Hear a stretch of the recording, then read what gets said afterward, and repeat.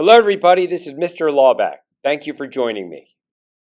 In today's video, we are going to go over the Albany Congress and the Albany Plan of Union. So let's set the stage. The context here is important. The year is 1754 and the American colonies are facing serious challenges. It is the same year that the French and Indian War begins.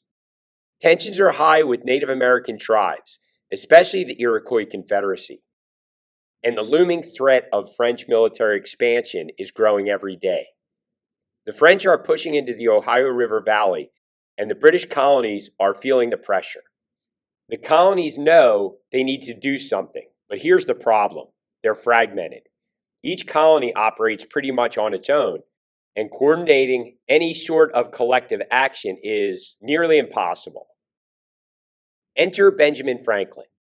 Now, Franklin is already a prominent figure in the colonies at this time. He's an inventor, a writer, a diplomat, and he's been advocating for colonial unity for years. He sees the growing threats and knows that the colonies need to band together if they're going to survive. This brings us to the Albany Congress, a meeting held in Albany, New York in 1754, which is now the state capital. The British government calls for the Congress, primarily to strengthen relations with Native American tribes, but also for defense against the French. Representatives from only 7 of the 13 colonies attend, including Benjamin Franklin, representing our Pennsylvania. Now, Franklin comes to the Albany Congress with a bold idea, a plan to unify the colonies under a single government. This idea of Franklin's is what we now call the Albany Plan of Union, and Franklin plays a central role in drafting it. So what exactly was the purpose of Franklin's plan? The Albany Plan of Union would have established a Grand Council with representatives from each colony. This council would have the authority to handle issues like defense, relations with Native American tribes, and even westward expansion. A President General appointed by the British Crown would oversee the council. Essentially, Franklin envisioned a sort of federal government for the colonies, one that could levy taxes, raise troops, and make decisions that would benefit all of the colonies, not just individual ones. Franklin was a big believer in the power of unity. In fact, a few weeks before the Albany Congress, he published his now famous Join or Die political cartoon in his newspaper, the Philadelphia Gazette. You've probably seen it. It's the image of a snake divided into pieces, each representing a different colony. The message is clear. If the colonies don't unite, they fall apart.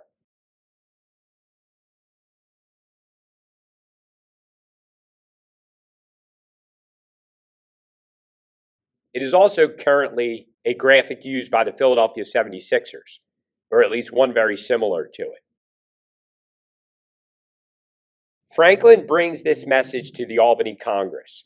He argues that the colonies need to work together, especially with the threat of war with the French on the horizon. He believes a unified government would not only help in organizing their defense, but also make negotiations with Native American tribes more effective. Instead of individual colonies striking separate deals with different tribes, the Grand Council of Franklin's plan could handle all negotiating, presenting a stronger, more unified front. But here's the kicker. The Albany Plan of Union fails, and it fails for a couple of reasons. First, the colonies themselves reject it. Many of the colonial governments were afraid that a unified government would mean they'd lose control over their own affairs. They didn't want to give up any of their autonomy or power to a central authority, even if it was for a common good. Second, the British government wasn't too keen on the idea either. They feared that if the colonies became too unified, they might grow too independent and challenge British authority. Remember, at this time, the colonies were still very much under British rule, and the Crown didn't want to give them too much power to govern themselves. So despite Franklin's best efforts, the plan is rejected on both sides. Now you might be thinking, well, that's the end of it. But here's where it gets interesting. The Albany Plan of Union may have failed in the moment, but its ideas lived on. In fact, it's often seen as a precursor to the structure that would eventually form the United States government. Franklin himself reflected on this failure later, and he believed that if the colonies had adopted the plan, they might have been able to defend themselves more effectively. He also thought it could have changed the course of history, potentially even avoiding the breakdown in relations between the colonies and Britain that led to the American Revolution. In hindsight, we could see that the Albany Plan of Union laid the groundwork for the kinds of intercolonial cooperation that would become essential during the Revolutionary War. Many of the ideas in Franklin's plan, such as a central governing body with representatives from each colony, resurfaced in later documents like the Articles of Confederation, which was the first Constitution of the United States, and the eventual U.S. Constitution.